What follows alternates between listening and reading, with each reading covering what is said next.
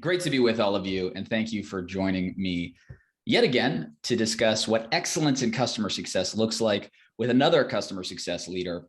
I'm pleased to be joined by Noa Danon from EverAfter, and I'll let her introduce herself in just one second. For those of you that haven't seen our series quite yet, we're here in conversation to discuss what true excellence looks like in customer success as we prepare for the first ever Customer Success Excellence Awards. We have a short list already. I think most of you may have seen it, and we'll be announcing winners live in London on June 15th. You can join us still. And Noah, you're going to be there. You'll be joining us as well. We're very excited to, I think, finally meet in person after 2 years of Zoom conversations. So looking forward to that indeed. But the intent of Customer Success Excellence is to recognize not just the loudest voices in customer success, but the best voices, those who maybe have put their head down and just working hard to innovate and advance our profession. That's why we exist. And I'm pleased to discuss what excellence in customer success looks like with you today. Noah, before we start, would you like to introduce yourself? Who are you? What do you do? And what does your company do? Yes, sure. So I'm Noa. I'm the co-founder and CEO of EverAfter. I started the company 2.5 years ago, coming from customer-facing roles, but also product roles, and combining them into a company, I guess. And and EverAfter is a platform for customer-facing teams to build customer journeys. So it's a very cool UI with drag and drop and no code that allows companies to basically build the experience from POC to onboarding, ongoing. It's like the product tool for customer success to be able to design the experience. So it's like it has many use cases, but all of them are customer facing and about the interaction with the customer or partner, depending on the company.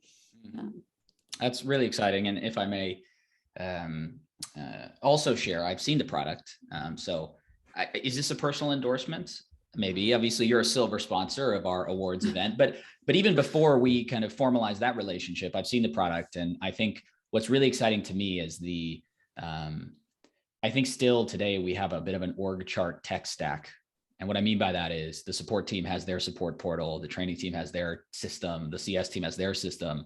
And we kind of expose those systems in that artificial lines of the org chart to our customer. And there's not this unified experience where they, in a customer-centric outside-in way, can access all of the tools available to them and all the information they need at the right time. So I think you are, if I may say so, onto something here, and it's super exciting. But today is not about me, it's about you. Why don't we start with an easy question? This is the question we like to ask all of our guests here in this series. And it's, if you could describe yourself in one hashtag, Noah, what would that hashtag be and why?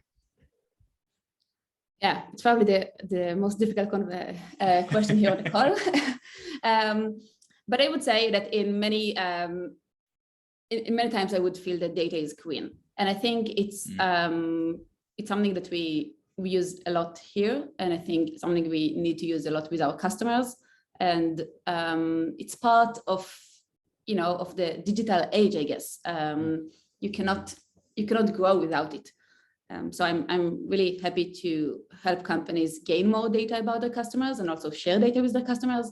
And I think this is something that we evolve in, like working really hard on. So. Oh, I love that. So if I heard that correctly, that's hashtag data is queen. Is that right? Yeah. I love that. I love that. I think that no disrespect to other people who've joined me on this series. That's the best hashtag yet. So you get lots of points for that one. So let's talk about excellence in customer success, right? The reason, part of the reason why we exist as an awards program is, customer success as a function is still quite new. And I worry a little bit that we're stuck still in the justifying our existence phase, i.e. we're not support, we're different to account management. The conversation, yes, there's a lot of new folks in our profession. So we need to keep that conversation going to kind of introduce our profession to more people outside of the space, but we also need to advance the conversation, right? And I think it's important for us to really kind of articulate what true excellence in customer success is, more so than just the success is not support hashtags, right? That's my least favorite hashtag after you've already said my favorite hashtag today. So what does true excellence in customer success look like for you in your experience, Noah? I would say that I experienced the same when I started, and I worked a lot of years in the UX space. And the user experience, well, it started as like a designer. Basically, we need an icon. And then okay, icons are important, of course, but we need to explain what we do, right? We come from psychology, and we interview and we do research and we figure out the process. And it's not only about the UI, and it's also about the interaction and the copy and the whole overall experience. So we had the same challenges, and today user experience is a very mature, like relatively mature profession, and I think CX is going and CS is going the same way. And still, I think being excellent in CS is really not straightforward, right? Like the profession that you have so many dependencies, you cannot even count, right? You need to bring all the pieces of the puzzle together, and you are not the owner of many of the things, probably all of them. So in many cases, you need to be excellent against all odds, which is like, I don't know how people do it, right? I'm excited to meet those people in person because I know how they do it. I think, the ability to think small, like on a single customer, and also like big, and like on the whole portfolio, but also on the future, is what makes like those people being able to really make a change. It's a real challenge. I think you're spot on. And it's an interesting parallel you draw with user experience or design, because, maybe it's just what happens in SaaS or in job functions generally, where we kind of create a lane. And then as we are moving down that lane, as innovation happens, we need to then fill it, right? And kind of widen and fill the space. And maybe that's what needs to happen or is happening in CS. Totally appreciate your point, though. As a customer success leader, I oftentimes struggle with the balance, right? Of, I can kind of, I need to keep an eye on the overall landscape of my portfolio. I need to dive deep at the right time with one customer, but not too deep, because if I dive too deep with that customer, I'll lose sight of my portfolio, right? And then I have to not just think about today, but the future. I think you're spot on with that characterization. And I think we'll have a few cocktails to celebrate, or maybe a couple of the CS executors out there will hopefully take advantage of a few cocktails at the event. Highly necessary. So you touched on kind of the balance between the future today, the portfolio, the breadth of the portfolio and the depth of customer engagement. What other qualities or characteristics do you think are critical for a world-class customer success professional? Yeah, well, I think this is like the multi-talent space, right? You cannot have one talent. You need to have multiple in order to even, break even with other people. So I think it's like, this is challenging. But for me, I think there are two qualities I really appreciate in the best people out there. I think one of them is creativity. And I think being able to use creativity as being a problem solver is what, makes those people really stand out. I mean, they use other methods they see in other departments, from other teams, from many places, and bring it to the table. I think those people are just creating things that are not there, right? So in this field, it's really, creativity is a must, if you want to stand out. It's not being an excellent manager, of course it is, but it's not only about being an excellent manager or an excellent leader. It's also being, someone who is like owns the creation. So I think this is a must. And I think agility is the second one, because things are changing. Well, the company is changing all the time, right? Evolving from one quarter to another. And then macro is also a big change, right? We see now in the industry, right? So things are always changing, and you need to respond. I think in sales, it's really easy to respond. You change compensation, people change a direction. In CS, it's harder, right? So you need to keep agility, even though things are, those are your customers and you are super attached to them. And and I think people who are more agile than others are able to be there on the top.